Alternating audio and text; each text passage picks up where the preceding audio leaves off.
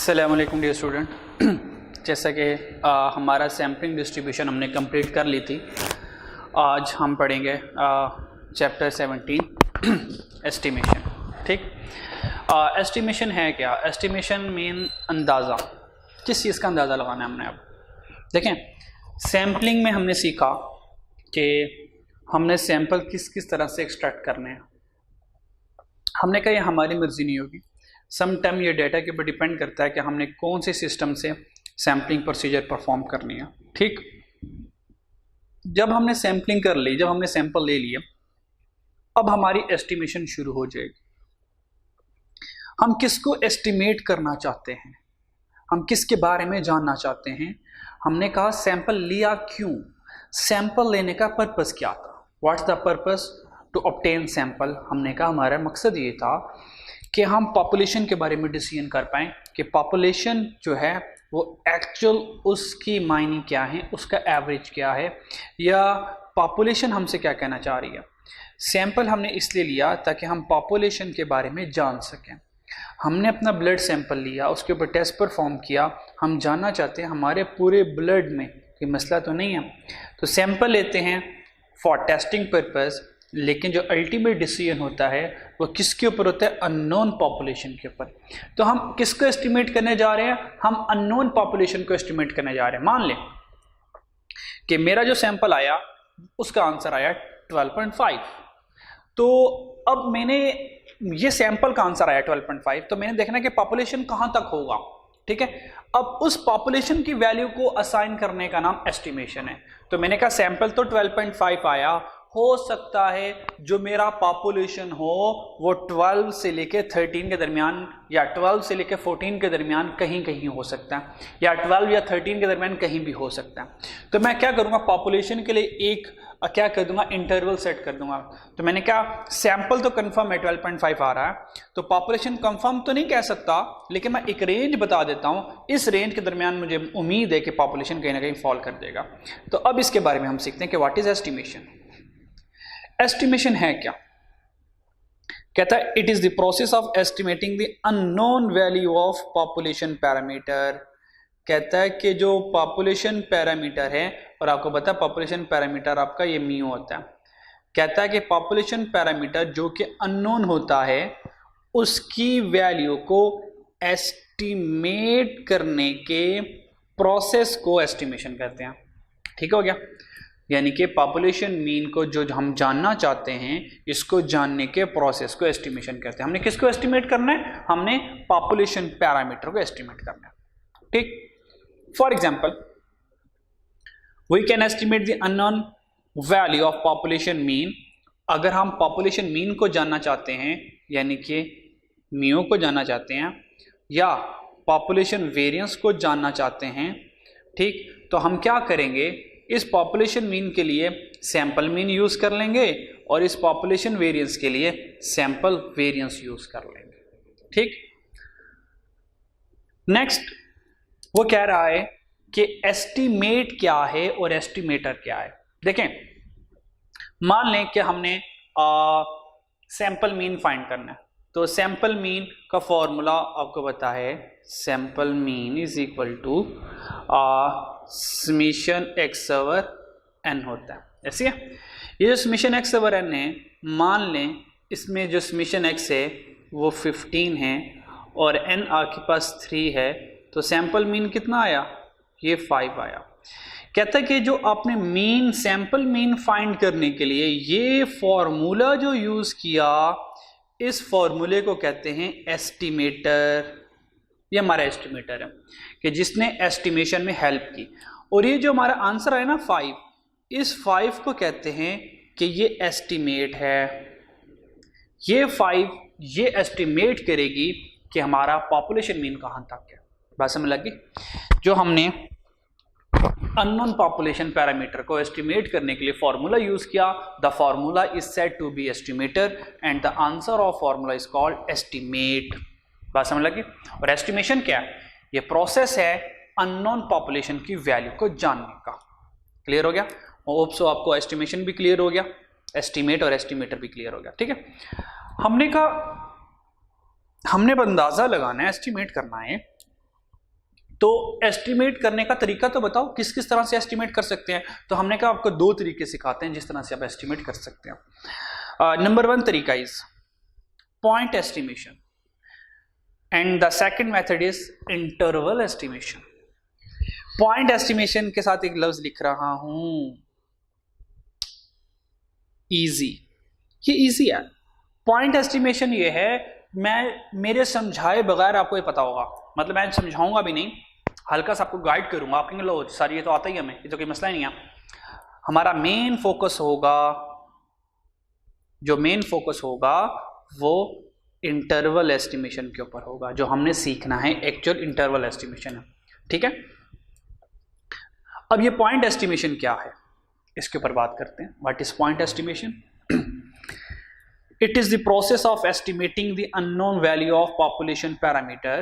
कहता है ये अननोन पॉपुलेशन पैरामीटर को एस्टिमेट का प्रोसेस का नाम है एज अ सिंगल वैल्यू। बस ये वाली बात इंपॉर्टेंट है। कहता है हमने unknown value of population parameter को एस्टिमेट करना है, किससे? सिंगल वैल्यू की मदद से, on the basis of sample observation.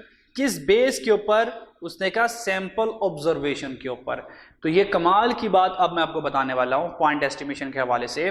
उसने कहा जब हम पॉइंट एस्टिमेट करेंगे, जब हम पॉपुलेशन को एस्टिमेट करेंगे थ्रू पॉइंट एस्टिमेशन, तो कहता सिंगल वैल्यू को यूज करना है। वो सिंगल वैल्यू कौन सी होगी? वो किसके ऊपर बेस करेगी? सैंपल ऑब्जर्वेशन का। मतलब क्या? जो सैंपल का आंसर होगा वही पॉपुलेशन का आंसर होगा। कितनी आसान बात। फॉर एग्जांपल आपने सैंपल मीन कैलकुलेट किया, आपका सैंपल मीन क्या आया? 10। जो सैंपल मीन आएगा आप कहेंगे क्योंकि मैंने आंसर देना है सिंगल वैल्यू में और सिंगल वैल्यू सैंपल की क्या है? 10। जो सैंपल की वैल्यू होगी वही पॉपुलेशन की वैल्यू होगी। तो अगर सैंपल मीन 10 है, then the point estimate of population, तो पॉपुलेशन मीन का जो पॉइंट एस्टिमेशन होगा वो कहेगा भाई पॉपुलेशन मीन भी 10 है। समझाई? अगर सैंपल वेरिएंस आंसर आया 5.2, तो पॉइंट एस्टिमेशन कहेगा, पॉइंट एस्टिमेशन के तहत जो वेरिएंस है वो भी 5.2 आएगा। मीन टू से इन पॉइंट एस्टिमेशन जो सैंपल मीन होगा वो हमेशा इक्वल होगा पॉपुलेशन मीन के। ये सिर्फ पॉइंट एस्टिमेशन में होता है और हमने कहा ये नॉर्मली नहीं होता। ये मैंने आपको सैंपलिंग में बताया था, ये सैंपलिंग में पढ़ाया था, ये सैंपलिंग में आपको बता चुका था कि पॉपुलेशन मीन, ये पॉपुलेशन मीन और सैंपल मीन कभी इक्वल नहीं होते, नेवर भी इक्वल है। ये मैंने आपको सैंपलिंग में बताया था कि सैंपल मीन और पॉपुलेशन मीन कभी इक्वल नहीं होते। और ये इक्वल क्यों नहीं होते? और इसी का नाम हमने कहा था ये तो हमारा सैंपलिंग एरर था, यही हमारा सैंपलिंग एरर है। ये कभी इक्वल नहीं होता, नॉर्मली कभी इक्वल होता। लेकिन हाँ, पॉइंट एस्टिमेशन एक ऐसा जरिया है जहां पर ये दोनों इक्वल होते हैं। अगर मैं कह रहा हूं जो मेरा सैंपल का आंसर है वही मेरा पॉपुलेशन का आंसर है, ये पॉसिबल कहां होगा? अंडर पॉइंट एस्टिमेशन होगा। इस वजह से अब एक थोड़ा सा पॉइंट एस्टिमेशन को थोड़ा धचका देने लगे हैं। इसलिए हमने कहा कि पॉइंट एस्टिमेशन एक, दुख के साथ लिख रहा हूं, एक रफ एस्टिमेशन होती है, एक्यूरेट नहीं होती है, रिलायबल नहीं होती है। भाई जो सैंपल है वही अगर पॉपुलेशन होना है तो पॉपुलेशन की इटसेल्फ जो है वो तो इंपॉर्टेंस और वैल्यू तो खत्म हो गई। हो सकता है अगर मैंने सैंपल गलत एक्सट्रैक्ट कर लिया तो सारा मेरा गलत पॉपुलेशन आ गया, अच्छा खासे मेरे डिसीजन गलत हो गए। इसलिए हमने कहा पॉइंट एस्टिमेशन एक रफ एस्टिमेशन होती है, ठीक है, और ये रिलायबल नहीं होती। तो ये रफ होती है, नॉट रिलायबल होती है। ये रिलायबल नहीं होती, हम इसके ऊपर रिलाई नहीं कर सकते। लेकिन खैर एस्टिमेशन का एक मेथड है, हमें सीखना है, लेकिन हम इसको नॉर्मली यूज नहीं करते। ये नॉर्मली यूज होने वाला एस्टिमेशन नहीं है। बात समझ लगी आपको? तो सैंपल मीन और पॉपुलेशन मीन नॉर्मल केस में कभी इक्वल नहीं होते। क्यों नहीं इक्वल होते? आपको पता है सैंपल मीन और पॉपुलेशन में डिफरेंस की वजह से सैंपलिंग एरर आ रहा होता है। लेकिन पॉइंट एस्टिमेशन क्या कहता है? कहता है मुझे सिंगल वैल्यू में आंसर देना है। तो सिंगल वैल्यू का आंसर कैसे आएगा? जो सैंपल का आंसर, मान लें अगर सैंपल का मीन का 20 आंसर आया तो पॉइंट एस्टिमेशन कहेगा पॉपुलेशन मीन भी 20 है। होप सो यू अंडरस्टैंड, ठीक है जी। This is the point estimation. फिर हम कुछ अनबायसनेस पढ़ेंगे। देखें, बायसनेस का मतलब क्या होता है, ट्रू एंड फेयर नहीं है। अनबायसनेस का मतलब है कि फेयरनेस, ट्रू एंड फेयर है, ठीक है, सारी चीजें एक्यूरेटली हैं, हमारा कोई सेल्फ डिसीजन इंपोज नहीं हो रहा। कहता है कि इफ एक्स बार, आपको पता है एक्स बार सैंपल मीन है, if sample mean is an unbiased estimator, कहता है सैंपल मीन तब अनबायस्ड एस्टिमेटर होगा जब पॉपुलेशन मीन और सैंपलिंग डिस्ट्रीब्यूशन का मीन इक्वल होंगे। देखें, पॉपुलेशन मीन और, अच्छा, जब भी कभी एमसीक्यूज आ गया, कभी एमसीक्यूज आ जाए वो ये कहे कि सैंपल मीन क्या पॉपुलेशन मीन के इक्वल, आपने कहना नहीं इक्वल, हमेशा आपने नहीं का लफ्ज यूज करना है, क्योंकि in general sample mean never equal to population mean होता है। लेकिन हाँ, अगर वो कह दे if examiner given the word point estimation in the question, अगर एग्जामिनर ये कहते कि अंडर पॉइंट एस्टिमेशन क्या sample mean equal to population mean होता है, हमने कहा हाँ उस सिनेरियो में होता है, ठीक है। तो नॉर्मली नहीं होता, नॉर्मली होता क्या है, population mean sample distribution mean के इक्वल होता है। ये मीन, ये इक्वल, इक्वालिटी क्यों आ रही है, इक्वालिटी इसलिए आ रही है क्योंकि इनके दरमियान बायसनेस नहीं है, हर एक वैल्यू हर एक चीज को इक्वली रिप्रेजेंट कर रही होती है, ठीक। तो बस ये आपने एमसीक्यूज के लिए बातें याद रख लेनी है, इसके ऊपर ज्यादा गौर फिक्र करने की जरूरत नहीं है, बस इसको एज याद रख लो कि एक्स बार अनबायस्ड तब होगा जब population mean sampling distribution mean के इक्वल होगा, ये बात याद रख लें बस, ठीक है। बस एमसीक्यूज के पॉइंट ऑफ व्यू से ये तीनों बातें एमसीक्यूज के पॉइंट ऑफ व्यू से बस याद रख लें, इसके ऊपर ज्यादा रिसर्च वर्क की जरूरत हमें नहीं है, ठीक है। कुछ ऐसी बातें होती हैं जिसके ऊपर रिसर्च नहीं करनी चाहिए, उसके बाद बस चुपचाप उसके ऊपर ईमान ले आना चाहिए। तो ये कुछ ऐसी बातें हैं जिसके ऊपर आपको रिसर्च करने की कोई जरूरत नहीं है, चुपचाप इसके ऊपर ईमान ले आए, ये एज इट इज है। सेकंड कहते हैं variance summation x minus x bar whole square, हमने कहा भाई ये तो चैप्टर 12 वाला वेरिएंस है, ये तो चैप्टर नंबर हमारा 12 वाला वेरिएंस है। कहता है चैप्टर 12 वाला वेरिएंस ये हमारा 22 एस्टिमेटर है ऑफ सिग्मा स्क्वायर। कहता है जो हम सैंपल वेरिएंस फाइंड करते हैं और सैंपल वेरिएंस से जो हम पॉपुलेशन वेरिएंस के ऊपर जो एस्टिमेट करेंगे, कहता है ये 22 एस्टिमेटर है। ये कौन सा 22 एस्टिमेटर, हम जो चैप्टर 12 वाला यूज कर रहे हैं वेरिएंस स्टैंडर्ड डेविएशन, ये 22 है, यानी कि इसका मतलब ये है अगर ये 22 है तो इसका मतलब ये है कि sample variance never equal to population variance, क्योंकि 22नेस है, ठीक है, ठीक है। अच्छा जी, और अगर ये इक्वल ना भी हो तो कोई नहीं, इसको हम इग्नोर कर देंगे, कोई मसला नहीं, नेवर इक्वल कोई मसला नहीं है, नॉर्मली इक्वल नहीं होंगे, ठीक है।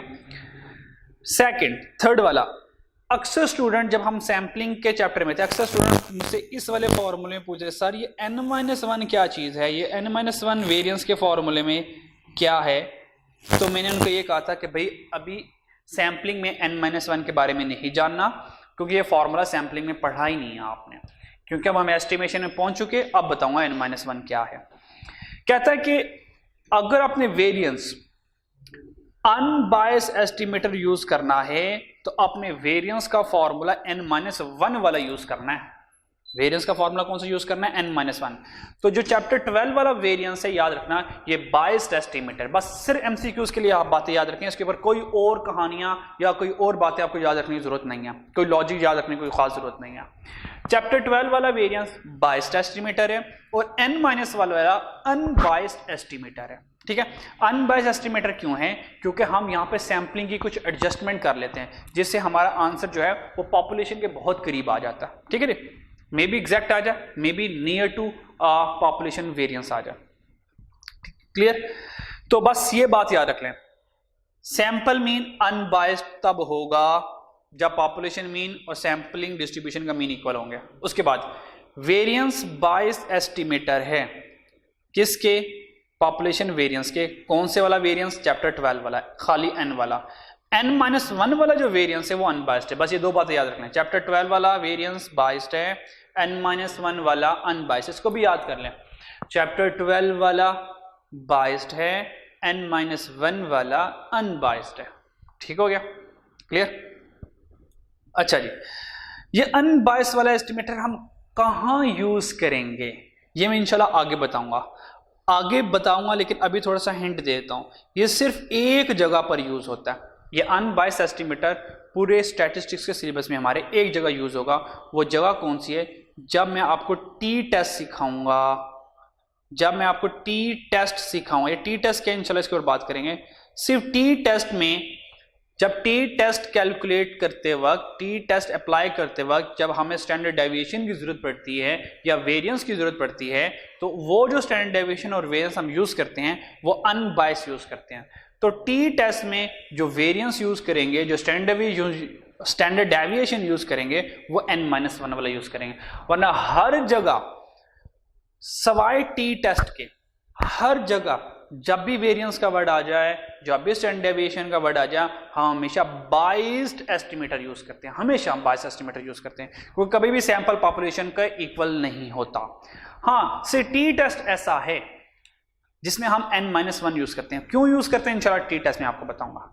होप सो ये 3 बातें आपको समझ आ चुकी होंगी। अब जरा पॉइंट एस्टिमेशन के क्वेश्चन सॉल्व करते हैं। कितने आसान question.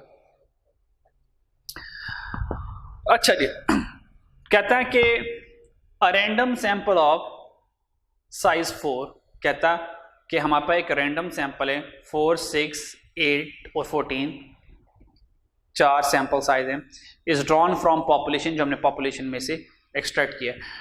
Point estimated of mean, आपको पता है पॉइंट एस्टिमेटेड ऑफ मीन का मतलब होता है population mean. Point estimation of variance mean population variance. Point estimated of standard error, standard error का मतलब होता है सिग्मा ओवर √10। आपको पता है स्टैंडर्ड एरर ये मतलब होता है स्टैंडर्ड एरर ऑफ मीन, ठीक है। तो point estimated of standard error of mean का मतलब होता है सिग्मा ओवर √10। तो स्टैंडर्ड एरर क्या होता है हमारे पास? Sigma over √10। अब मुझे 3 चीजें चाहिए। मीन, हमने कहा मीन कोई मसला ही नहीं, पॉइंट एस्टिमेशन में भाई जो सैंपल मीन होगा वही पॉपुलेशन मीन होगा, यानी कि ये मीन क्या होगा? जो हमारा सैंपल मीन होगा, और ये वेरिएंस कौन सा होगा? जो सैंपल का वेरिएंस होगा, और ये स्टैंडर्ड डेविएशन कौन सा होगा? जो हमारा सैंपल का होगा। हमने कहा तो बड़ा आसान है। और देखो 4 वैल्यूज हैं, इन चारों का मीन कैसे आएगा? कैलकुलेटर यूज करके आप आराम से इसका आंसर फाइंड कर सकते हैं, ठीक है। तो कैलकुलेटर को यूज करेंगे और यहां से हमारा इसका आंसर आ जाएगा, ठीक है। तो आप जल्दी से 1, 2, 3 ये तीनों के तीनों आप कैलकुलेशन परफॉर्म करें, ठीक है जी, शाबाश। वैल्यूज कैलकुलेट करते हैं ज़रा। 2, 6, 8, 14 कैलकुलेटर पुट कर लें, ठीक है। कैलकुलेटर पुट कर लें बस, ठीक है। कैलकुलेटर से आंसर आ जाएगा। तो मीन क्या आ रहा है आपके पास? मीन आ रहा है 7.5। तो यहाँ पर मीन आ गया हमारे पास 7.5। अब वेरिएंस कौन सा है उसने नहीं बताया, उसने कहा पॉइंट एस्टिमेटेड। पॉइंट एस्टिमेटेड भी जो मीन हो वेरिएंस होगा सिर्फ टी टेस्ट में n-1 वाला। तो आपने क्या करना है, सिंपल जो हम चैप्टर 12 वाला वेरिएंस फाइंड करते हैं आपने वही वेरिएंस फाइंड करना है। तो सबसे पहले आपके पास वेरिएंस नहीं आएगा, सिग्मा आएगा। तो सिग्मा क्या आएगा? 4.33। तो स्टैंडर्ड डेविएशन लिख लेते हैं 4.33। n कितना है? 4। तो 4.33 का स्क्वायर करेंगे तो वेरिएंस कितना आ जाएगा? 18.75। तो यहाँ से मेरे पास क्या आ जाएगा? 18.75। तो देखें ये मेरे पास जो सैंपल वेरिएंस आया वही पॉपुलेशन वेरिएंस है अंडर पॉइंट एस्टिमेटेड। जो सैंपल मीन 7.5 है वही पॉपुलेशन मीन है अंडर पॉइंट एस्टिमेटेड। और स्टैंडर्ड एरर क्या हुआ? Sigma over √4। तो आंसर आ गया इसका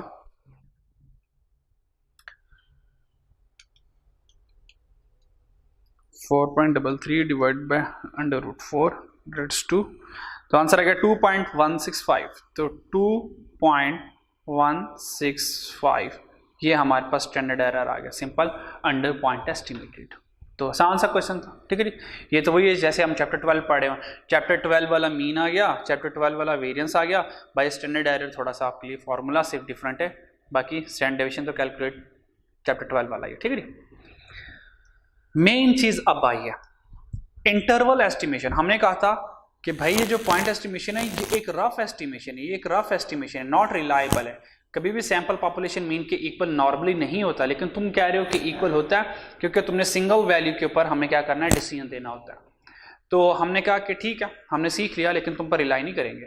हाँ, इंटरवल एस्टिमेशन ये बेस्ट एस्टिमेशन होती है, ये बेस्ट एस्टिमेशन होती है, ये रिलायबल होती है, हम इसके ऊपर बिल्कुल रिलाई करते हैं। क्यों? ये हमें रियलिटी और ये हमें एक्यूरेसी के करीब लेके जाता है, ये एक्यूरेट होता है, ये हमें एक्यूरेसी के करीब लेके जाता है, तकरीबन एक्यूरेट होता है, तकरीबन सही होता है।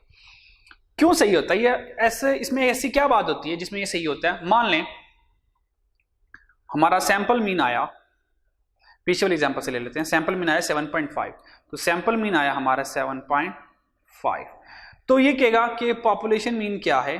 तो ये कहेगा कि भाई मैं आपको ना सिंगल वैल्यू नहीं बताऊंगा, मैं आपको इंटरवल बताऊंगा। इंटरवल का एक स्टार्टिंग पॉइंट होता है और एक एंडिंग पॉइंट होता है इंटरवल का। वो कहेगा कि सैंपल मीन 7.5 है, तो वो ये कहेगा हो सकता है कि आपका जो पॉपुलेशन है वह 7 से 8.5 के दरमियान में है। अब देखें कितना एक्यूरेट है, हो सकता है 7.5 से थोड़ा कम हो जाए, हो सकता है 7.5 से ये ज्यादा हो जाए, 8.5 या 8 कह ले, ऐसा भी हो सकता है। तो देखें ये बेस्ट होता है, रिलायबल और एक्यूरेट होता है नॉर्मली, ठीक है ना। अब इंटरवल एस्टिमेशन में हमने इंटरवल एस्टिमेट करना कैसे है, ये इंपॉर्टेंट है। कहता है इंटरवल एस्टिमेशन है क्या, पहले ये सीखते हैं। The process of making an interval, कहता है सबसे पहले हमने इंटरवल बनाने, ये देखें 7 से लेके 8.5 तक ये इंटरवल बनाना, स्टार्टिंग और एंडिंग पॉइंट। ये कैसे बनाना है? उसने कहा बेस्ड ऑन सैंपल ऑब्जर्वेशन। कहता है हम भी इंटरवल बनाएंगे लेकिन सैंपल ऑब्जर्वेशन के ऊपर। ऑब्वियस बात है, सैंपल गिवन है उसी के ऊपर तो कैलकुलेशन करेंगे, पॉपुलेशन तो पहले नहीं गिवन मेरे पास, तो जो गिवन है वो क्या है, सैंपल। तो सैंपल के ऊपर हम क्या करेंगे, इंटरवल बनाएंगे। टू फाइंड, ढूंढने के लिए किसको, unknown value of population parameter. कहता है अननोन पॉपुलेशन पैरामीटर को ढूंढने के लिए विद अ नोन प्रोबेबिलिटी और कॉन्फिडेंस लेवल। कहता है हमारे पास कॉन्फिडेंस लेवल या probability, probability mean confidence level mean, हमने कहा आपको कितना श्योर है, अब कितने कॉन्फिडेंट हो कि 7.5 7 और 8.5 7 और 8.5 के दरमियान आएगा, इसमें हमें कॉन्फिडेंस भी अपना बताओ। तो हम कहेंगे हम 90% कॉन्फिडेंट हैं कि हमारा आंसर 7 और 8.5 के दरमियान में आएगा, हम 95% कॉन्फिडेंट हैं। तो यहां पर एक कॉन्फिडेंस लेवल भी यूज होगा। जो मोस्ट कॉमन कॉन्फिडेंस लेवल है वह 90, 95, 98 और 99% कॉन्फिडेंस लेवल है। अब ये कॉन्फिडेंस लेवल है क्या, ठीक, इसके ऊपर थोड़ी सी बात करते हैं कि व्हाट इज कॉन्फिडेंस लेवल। इस कॉन्फिडेंस लेवल को हम जानेंगे, ये कॉन्फिडेंस लेवल है। कॉन्फिडेंस लेवल ये होता है, मान लें कि हमारे फार्मास्यूटिकल शॉप है, हमने एक मेडिसिन इन्वेंट की और हमने ये कहा कि हम कॉन्फिडेंट हैं कि 90% लोग हमारी मेडिसिन से सही हो जाएंगे। इसका मतलब मैं ये क्या क्लेम कर रहा हूं, मैं ये कह रहा हूं कि मैं 90% कॉन्फिडेंट हूं कि मेरी मेडिसिन से लोग सही होंगे। तो दूसरे लफ्जों में मैं एक और बात भी कह रहा हूं कि मैं 10% ऐसा है कि मुझे डर है कि लोग सही मेडिसिन से नहीं होंगे। तो कह सकता हूं ये जो 90% मेरा कॉन्फिडेंट लेवल है और जो 10% रिमेनिंग है ये मेरा रिस्क लेवल है। तो मैंने कहा रिस्क है कि हो सकता है लोग मेरी मेडिसिन यूज करें और ना सही हो।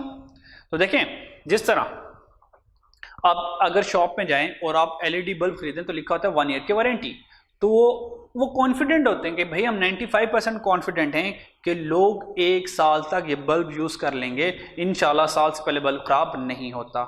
साथ साथ वो 5% कह रहे होते हैं कि हम 95% कॉन्फिडेंट हैं लेकिन 5% ये रिस्क भी है, हो सकता है साल से पहले बल्ब खराब हो जाए, फ्यूज हो जाए और लोग ये क्लेम करने के लिए हमारे पास आ जाए। तो हर एक कॉन्फिडेंस के लेवल के साथ रिस्क लेवल होता है। कभी भी कोई बंदा 100% श्योरिटी नहीं देता।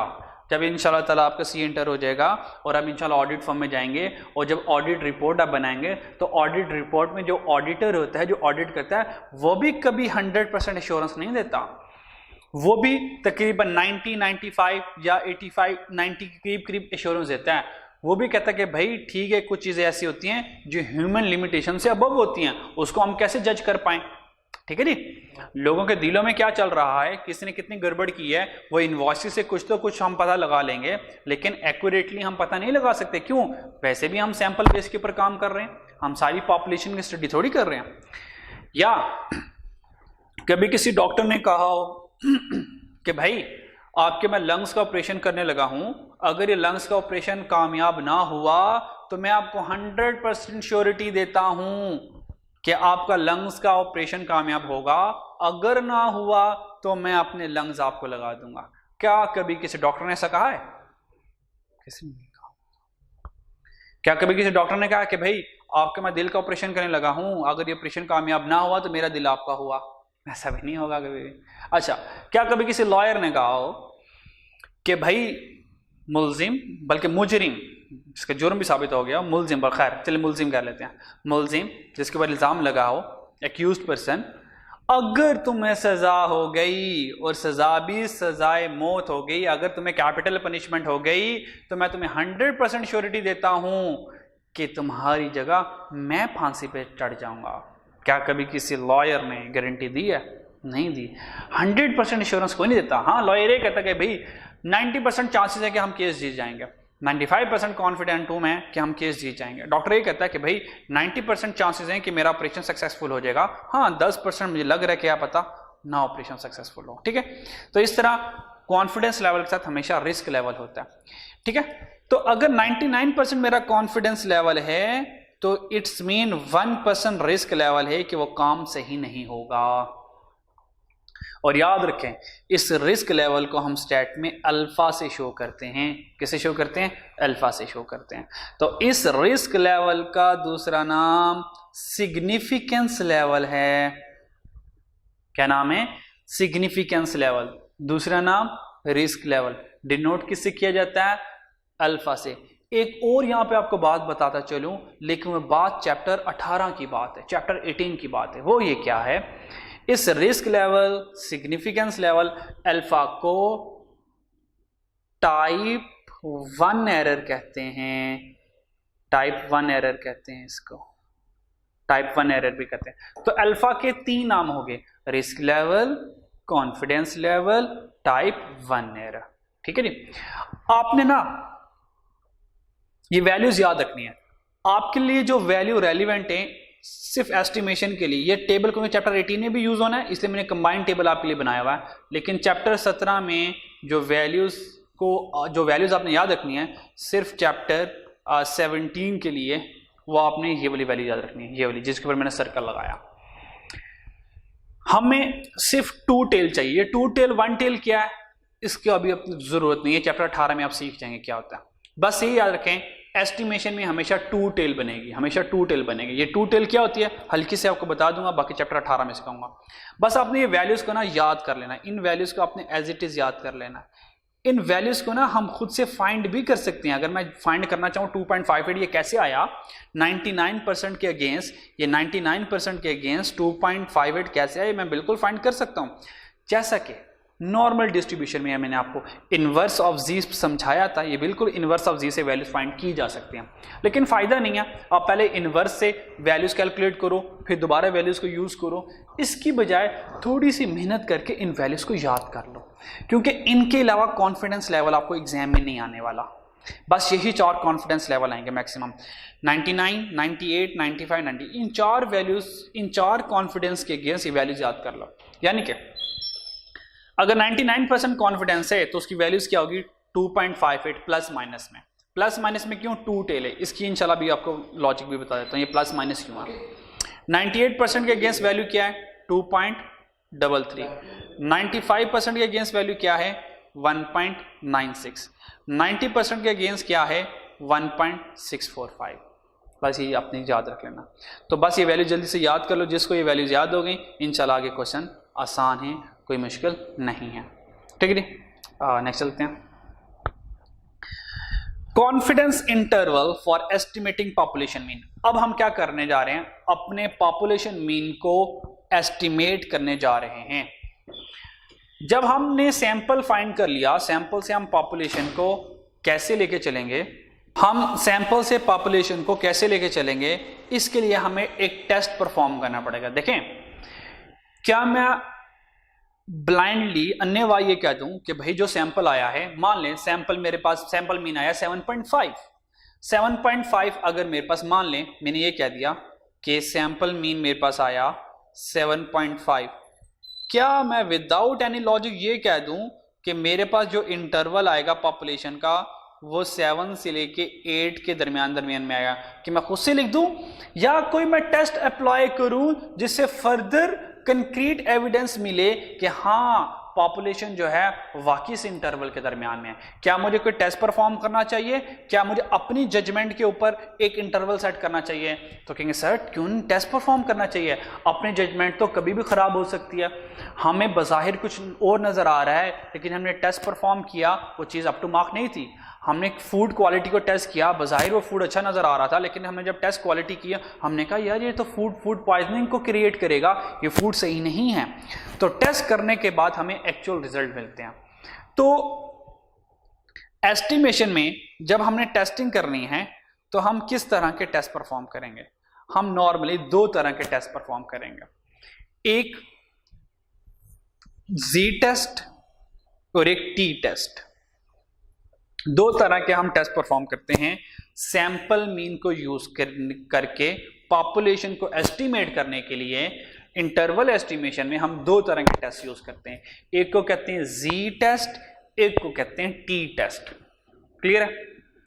टी टेस्ट क्या है पहले ये समझा दो। अच्छा, आसान जी टेस्ट है। Z test very very very आसान, बहुत आसान है, ठीक है।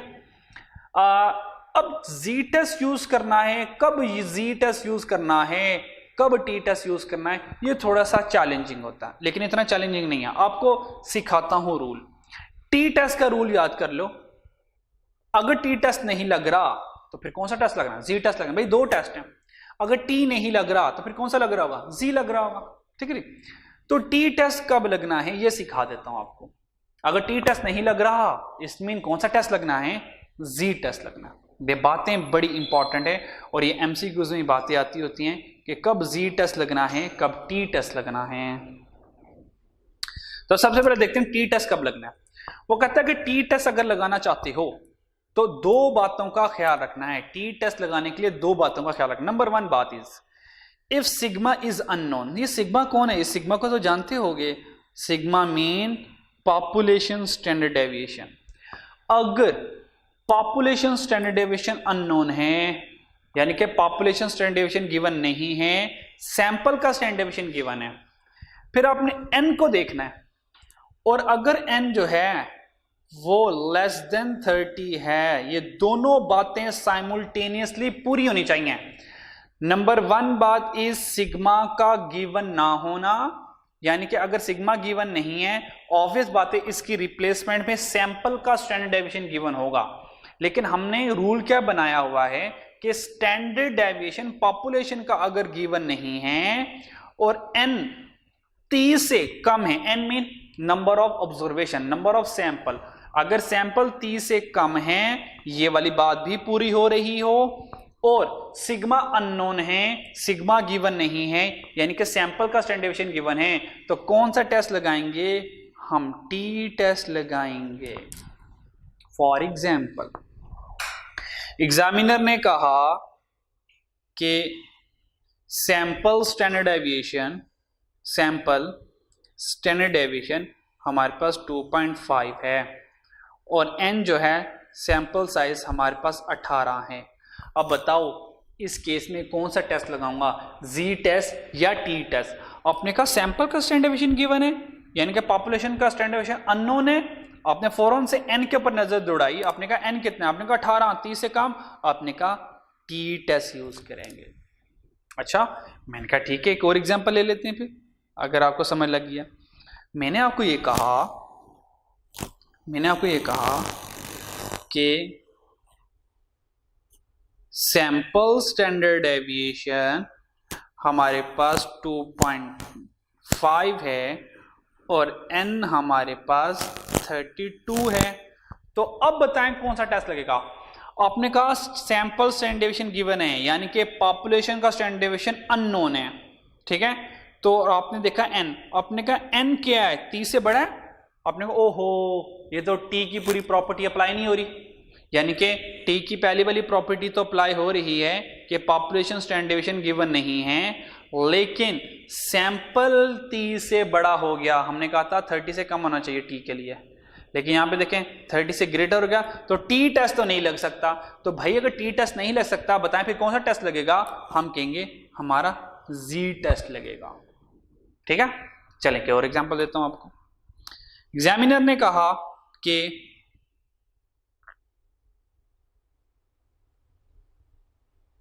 पॉपुलेशन स्टैंडर्ड डेविएशन हमारे पास 6 है, n जो है वो हमारे पास 10 है। तो आपने कहा ओहो n तो लेस देन 10 है, t लगना चाहिए, लेकिन आपने ऊपर देखा पॉपुलेशन स्टैंडर्ड डेविएशन गिवन हो गया। तो आपने कहा नहीं नहीं नहीं, ये तो पहली वाली प्रॉपर्टी t डिस्ट्रीब्यूशन के लिए फुलफिल ही नहीं हो रही। तो अगर पॉपुलेशन स्टैंडर्ड डेविएशन गिवन है, हम n लेस देन 10, आपने कहा नहीं सॉरी t नहीं लग सकता, क्योंकि t तो तब लगता जब पॉपुलेशन स्टैंडर्ड डेविएशन की बजाय सैंपल का स्टैंडर्ड डेविएशन यहां पर गिवन होता। अगर t नहीं लग रहा तो बताएं कौन सा टेस्ट लगेगा? जी टेस्ट लगेगा। होप सो आपको ये बात अच्छे से समझ आ चुकी होगी, आ चुकी है ना समझ, ठीक है। तो टी टेस्ट के लिए दो चीजों का होना जरूरी, एक पॉपुलेशन स्टैंडर्ड डेविएशन का अननोन होना और n का लेस देन 30 होना, ये दोनों बातें जरूरी हैं। अब जी टेस्ट समझाता हूं। जी क्या? अगर सिग्मा नोन है, अगर सिग्मा नोन है यानी कि पॉपुलेशन स्टैंडर्ड डेविएशन नोन है, पॉपुलेशन स्टैंडर्ड डेविएशन नोन है, तो n को देखना भी नहीं है। अगर पॉपुलेशन स्टैंडर्ड डेविएशन गिवन है, अब n को नहीं देखना, चुपचाप जी टेस्ट यूज कर दो, जी टेस्ट अप्लाई कर दो। अगर पॉपुलेशन स्टैंडर्ड डेविएशन गिवन है तो n को देखने की जरूरत नहीं है। Second, if sigma is unknown, जैसे कि ये सिग्मा अननोन है, हमने कहा सिग्मा अननोन है, अब n देखते हैं, n ग्रेटर देन 30 है, हमने कहा सिग्मा अननोन है, और अगर यहां पे n लेस देन 30 हो जाता तो t टेस्ट लगाता, क्योंकि n ग्रेटर देन 30 है। अब कौन सा टेस्ट होगा? जी टेस्ट होगा। तो देखें ये वाली एग्जांपल चेक करें, ये वाली एग्जांपल जो है, ये वाली एग्जांपल मैंने दी हुई है, सिग्मा अननोन है लेकिन n 30 से ग्रेटर है, तो देखें जी टेस्ट अप्लाई होगा। यहां पे कौन सा टेस्ट अप्लाई होगा? यहां पर हमारे पास जी टेस्ट अप्लाई होगा, जी टेस्ट अप्लाई होगा। और सेकंड देखें पॉपुलेशन स्टैंडर्ड डेविएशन गिवन है, जैसे ही पॉपुलेशन स्टैंडर्ड डेविएशन गिवन हो जाए तो n को तो देखना ही नहीं है ना। अब आपने जैसे ही पॉपुलेशन स्टैंडर्ड डेविएशन गिवन हो जाए, इफ सिग्मा इज नोन, अगर पॉपुलेशन का स्टैंडर्ड डेविएशन गिवन है तो भाई जी टेस्ट लगना है आपका। होप सो आपको टेस्ट की सिलेक्शन आ चुकी होगी। फिर से रिवाइज कर दूं, टी टेस्ट तब लगाना है आपने जब आपका सिग्मा अननोन हो और n लेस देन 30 हो। पहली वाली बात और ये दूसरी वाली बात दोनों पूरी होनी चाहिए, एक भी बात पूरी नहीं हो रही तो जी टेस्ट चुपचाप आपने लगा देना। ठीक हो गया? क्लियर? ये सादा सा रूल आपने याद रखना है। जी टेस्ट पर आए जरा, सिग्मा नोन है जी टेस्ट लगेगा, अगर सिग्मा अननोन है अब n फैसला करेगा, अगर सिग्मा अननोन है तो n फैसला करेगा जी लगना है टी लगना है। अगर n ग्रेटर देन 30 जी, n लेस देन 30 तो हमारे पास टी टेस्ट लगेगा। हो सो आपको ये बात समझ आ चुकी होगी। ठीक है, अब एक आधा क्वेश्चन सॉल्व कर लें ताकि थोड़ी सी आपको इसकी अंडरस्टैंडिंग हो जाए। ठीक है, इंटरवल एस्टिमेशन के क्वेश्चन सबसे आसान होते हैं, बहुत इजी क्वेश्चंस होते हैं, इसमें कोई बड़ा मसला नहीं है, कोई मुश्किल वाली इसमें बातें नहीं है, कोई मुश्किल इसमें चीज है ही नहीं। ठीक है, तो लेट्स स्टार्ट। पहला क्वेश्चन मैं आपको ये सिखाऊंगा कि when population standard deviation is known. आपको पता है कि जब पॉपुलेशन स्टैंडर्ड डेविएशन नोन हो तो चुपचाप जी टेस्ट हम अप्लाई करते हैं। ठीक है, पॉपुलेशन गिवन है स्टैंडर्ड डेविएशन तो जी टेस्ट यूज करेंगे, क्योंकि टी टेस्ट का तो पहली प्रॉपर्टी वायलेशन होगी कि स्टैंडर्ड डेविएशन अननोन होना चाहिए। अच्छा जी, फॉर्मूला क्या है जी टेस्ट का? इंटरवल एस्टिमेशन है। फॉर्मूला होता है x बार प्लस माइनस जी alpha over 2 sigma over under root n। ठीक, तो अब हमें सारी चीज़ें पूरी करनी है। तो सबसे पहले कह रहा है अ सैंपल ऑफ 100 मेल, कहता है n 100 आ गया, ये 100 क्या है, n आ गया हमारे पास। कहता है सैंपल है 100 मेल का सैंपल है, तो सैंपल के साथ ये जो मीन आ रही है सैंपल मीन है, तो 170 क्या है, ये मेरे पास सैंपल मीन है x bar with a population standard deviation, population standard deviation यानी कि सिग्मा 8 है। जैसे सिग्मा आया हमने कहा जी टेस्ट लगाना है, तो जी टेस्ट के लिए हमने फॉर्मूला लगाया x bar plus minus ji alpha by 2 sigma over under root n। ये जो अल्फा बाय 2 है ना, ये वाला, ये जो z अल्फा बाय 2 है, ये जो अल्फा बाय 2 है ये शो करता है टू टेल है, टू टेल है यानी कि टू टेल। टू टेल का मतलब ये देखें, ये होता है एक टेल लेफ्ट तरफ है, एक टेल राइट तरफ है, ठीक है। तो इंटरवल एस्टिमेशन में एक ये पॉइंट होगा और एक ये पॉइंट होगा, इसलिए इंटरवल एस्टिमेशन हमेशा टू टेल बनेगा। तो अल्फा बाय 2 ये शो करता है कि टू टेल है। ये चैप्टर 18 में डिटेल से समझाऊंगा आपको, अभी थोड़ा सा सिर्फ हिंट दिया है कि अल्फा बाय 2 है क्या, ताकि आप परेशान ना हो। तो व्हाट इज एक्स बार, 170, तो एक्स बार की जगह लिखा 170। जी अल्फा बाय 2 को थोड़ी देर के लिए छोड़ दो जरा, सिग्मा कितना 8 अंडर रूट n कितना 100, यहां पर 100 आ गया, ठीक। अब हम देखेंगे कि हमने क्या एस्टिमेट करना है। उसने क्या, we can be 95% sure that the population mean is between, कहता हम 95% श्योर हैं, ये कॉन्फिडेंस लेवल है कि मेरा पॉपुलेशन मीन दरमियान में होगा। बिटवीन का वर्ड शो करता है इंटरवल के लिए, इट्स मीन हमें पता चल गया ये इंटरवल एस्टिमेशन का क्वेश्चन है। बिटवीन का वर्ड शो करता है इंटरवल के लिए, इट्स मीन ये इंटरवल को एस्टिमेट करना है, यानी कि पॉपुलेशन मीन का इंटरवल हमने जानना है। तो हमने फॉर्मूला लगा दिया x bar plus minus ji alpha by 2 sigma over under root n। अब 95% है, 95% अगर कॉन्फिडेंस है तो बताएं जी अल्फा बाय 2 की वैल्यूज क्या होती है। अब जाते हैं टेबल पर जरा, ये देखें 95% अगर कॉन्फिडेंस है तो जी अल्फा बाय 2, ये देखें ये जी अल्फा बाय 2, देखें आगे लिखा हुआ टू टेल, तो वैल्यूज क्या होती है प्लस माइनस 1.96। तो चुपचाप मैंने 1.96 लिख दिया क्योंकि मैंने वैल्यू याद की हुई थी, तो मैंने यहां पे लिख दिया प्लस माइनस 1.96।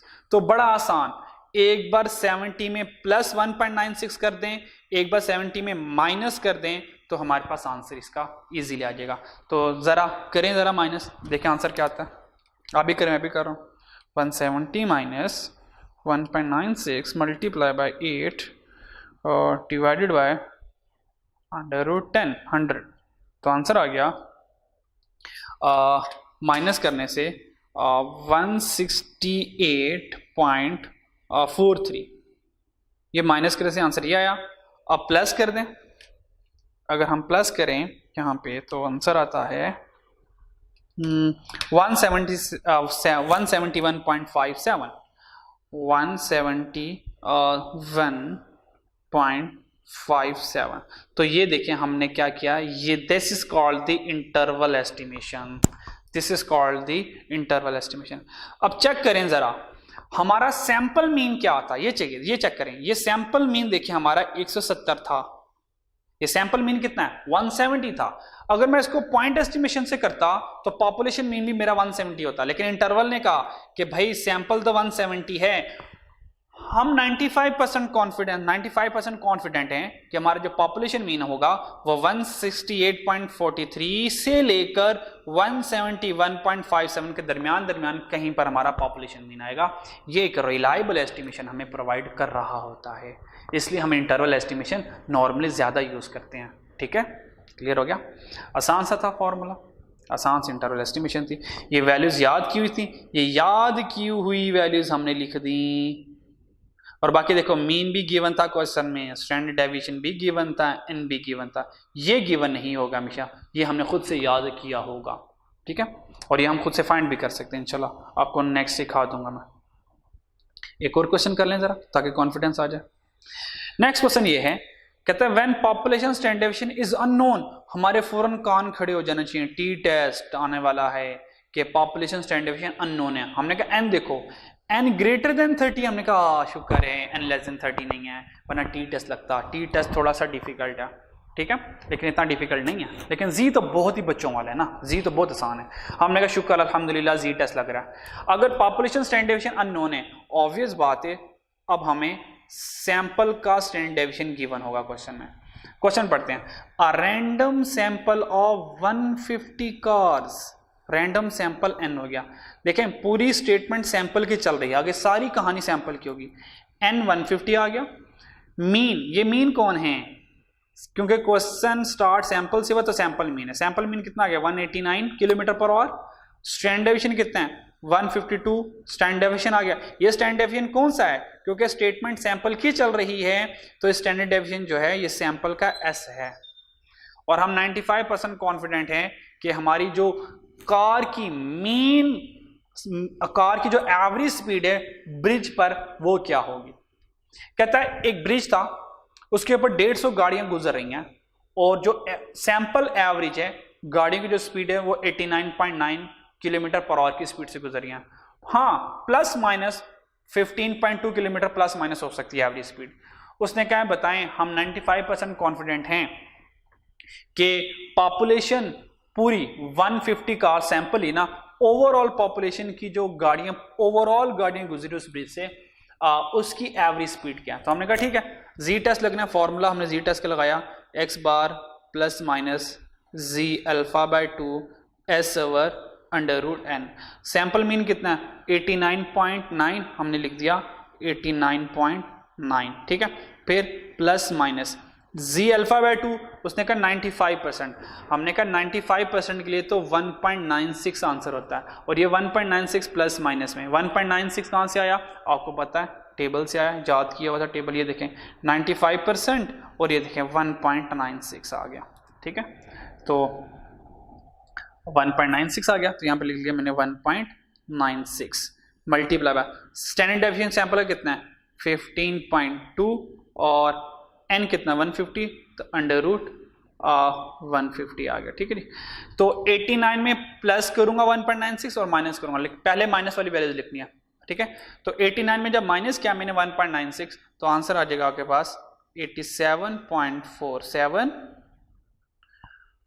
और जब मैं ऐड करूंगा 89 में 1.96 multiply 15.2 divide by under root 150 तो आंसर आ जाएगा 92.33।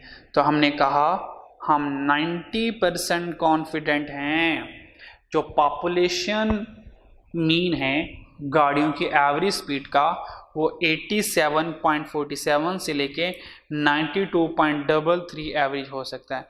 जबकि देखें हमारा सैंपल मीन किसके इक्वल था 89.9 सैंपल मीन था, लेकिन पॉपुलेशन मीन हमने सिंगल वैल्यू से नहीं दिया, हमने इंटरवल से दिया। हमने कहा सैंपल तो 89 आ रहा है, हाँ, लेकिन हमारा पॉपुलेशन हो सकता है 87 से लेके 92 तक है, क्योंकि हमने बीच में कॉन्फिडेंस लेवल के साथ हमने कैलकुलेशन की है ताकि हमारी कैलकुलेशन और रिलायबल और ऑथेंटिक हो जाए।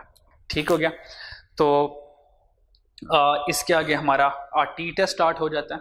ठीक है, तो अभी तक आपने बस इतना जी टेस्ट सिखा रहा हूँ ताकि जी टेस्ट के ऊपर आपकी ग्रिप आ जाए। ये 2 क्वेश्चन जी टेस्ट हैं, इंशाल्लाह जी टेस्ट से रिलेटेड आपको 4-5 क्वेश्चन जो है मैं वो असाइनमेंट के तौर पर दे दूंगा ताकि जी टेस्ट के आप और क्वेश्चन कर लें, तो थोड़ी जी टेस्ट के ऊपर ग्रिप आ जाएगी।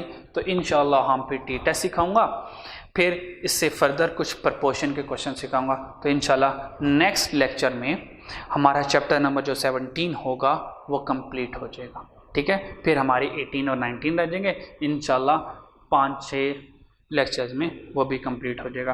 तो चैप्टर 17 कंप्लीट करने के बाद फिर इंशाल्लाह इसके MCQs करेंगे। ठीक है, तो आज के लिए काफ़ी इतना, इंशाल्लाह नेक्स्ट लेक्चर में मुलाकात होगी, तब तक के लिए अल्लाह हाफिज़।